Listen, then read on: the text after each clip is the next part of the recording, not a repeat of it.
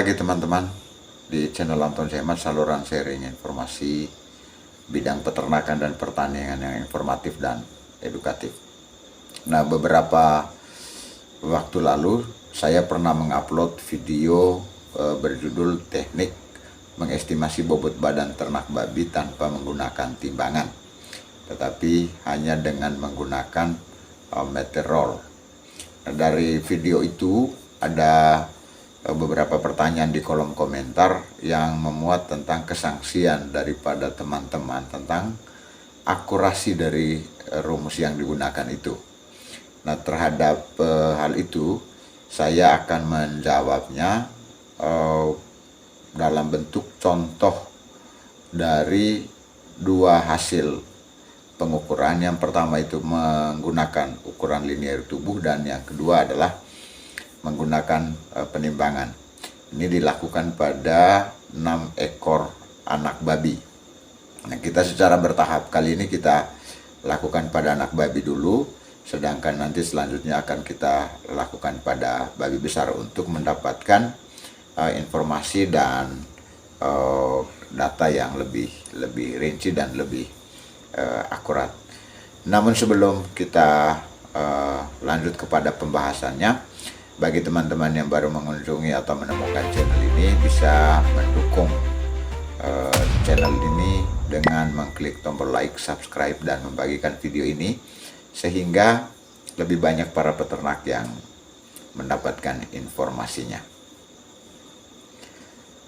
Mari kita mulai. Yang pertama itu adalah kita lakukan pengukuran bobot badan untuk ke-6 ekor anak babi yang akan diuji. Kita lakukan pengukuran dan penimbangan secara berurut untuk setiap babinya. Yang pertama itu kita lakukan pengukuran bobot badan, lalu pada babi yang sama kita secara langsung lakukan penimbangan supaya pencatatannya lebih rapi. Lalu itu dilakukan secara berurut mulai dari babi nomor 1 sampai pada babi nomor 6 dengan melakukan hal yang sama. Tentu saja ada catatannya bahwa kita harus melakukannya dengan hati-hati.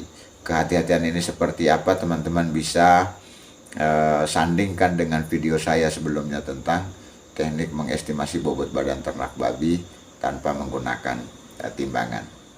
Setelah kita melakukan pengukuran terhadap lingkar dada dan panjang badan, nanti kita akan hitung dengan menggunakan rumus yang sudah saya bagikan di video sebelumnya, yaitu bobot badan itu sama dengan lingkar dada dipangkatkan dengan 2, lalu dikalikan dengan panjang badan dan dikalikan dengan angka konstanta 69,3, dengan catatan bahwa kalau hasil pengukurannya itu semua dalam sentimeter, maka untuk mengestimasinya dalam bentuk kilogram, teman-teman harus membawakan satuan sentimeter itu ke dalam meter. Tentu ini teknik yang mudah. Nah, hasil dari perhitungan berdasarkan lingkar dada dan panjang badan untuk ke-6 ekor babi itu seperti tampak pada tabel ini.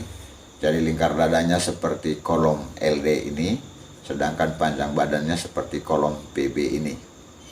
Dan hasil perhitungannya dengan menggunakan rumus itu tadi seperti kolom yang ini, sedangkan hasil penimbangannya seperti di kolom berikutnya ini.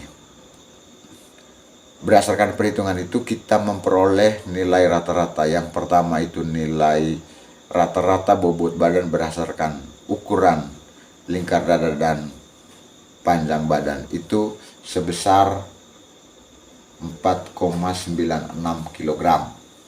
Lalu rata-rata bobot badan berdasarkan hasil timbang itu sebesar 5,78. Nah, dari dua angka ini ada selisih, ya, rata-rata selisih kurang lebih 0,82 kg. Kalau kita persentasekan ini 0,82 itu kurang lebih selisihnya itu dari nilai tengah antara hasil ukur dan hasil timbang itu kurang lebih 8%, yang berarti bahwa tingkat biasnya itu atau selisihnya itu kurang lebih 8% atau 0,82 kilo itu tadi.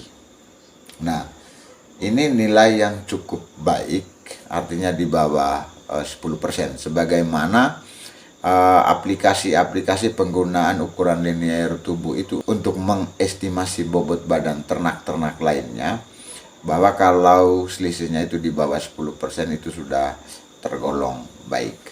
Nah, mungkin kita lebih memilih, ya, kalau saya secara pribadi lebih memilih mencermati selisihnya berdasarkan kilogramnya.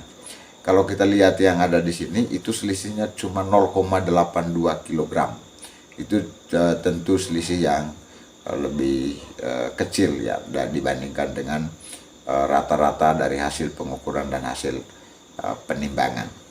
Memang ada catatan penting dari hasil pengukuran ini atau hasil uji sederhana ini, yaitu antara lain bahwa mungkin saja nilai selisih sebesar 8% atau 0,82 kg ini hanya berlaku untuk babi kecil. Sedangkan untuk babi besarnya ya perlu kita lakukan uji lagi, dan saya memastikan bahwa di waktu mendatang akan saya hadirkan video tentang itu supaya kita memperoleh informasi yang rinci.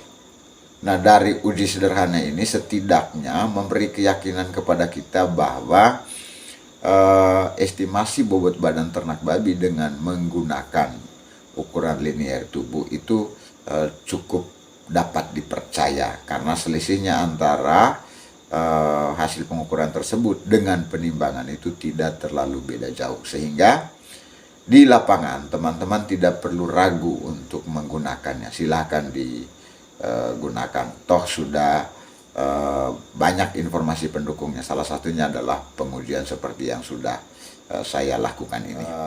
Nantikan laporannya tentang hasil pengujian pada babi yang sedang tumbuh dan juga mungkin nanti pada babi yang fase akhir yang siap dijual. Demikian yang dapat saya sampaikan saat ini, kiranya bermanfaat dan salam sukses beternak.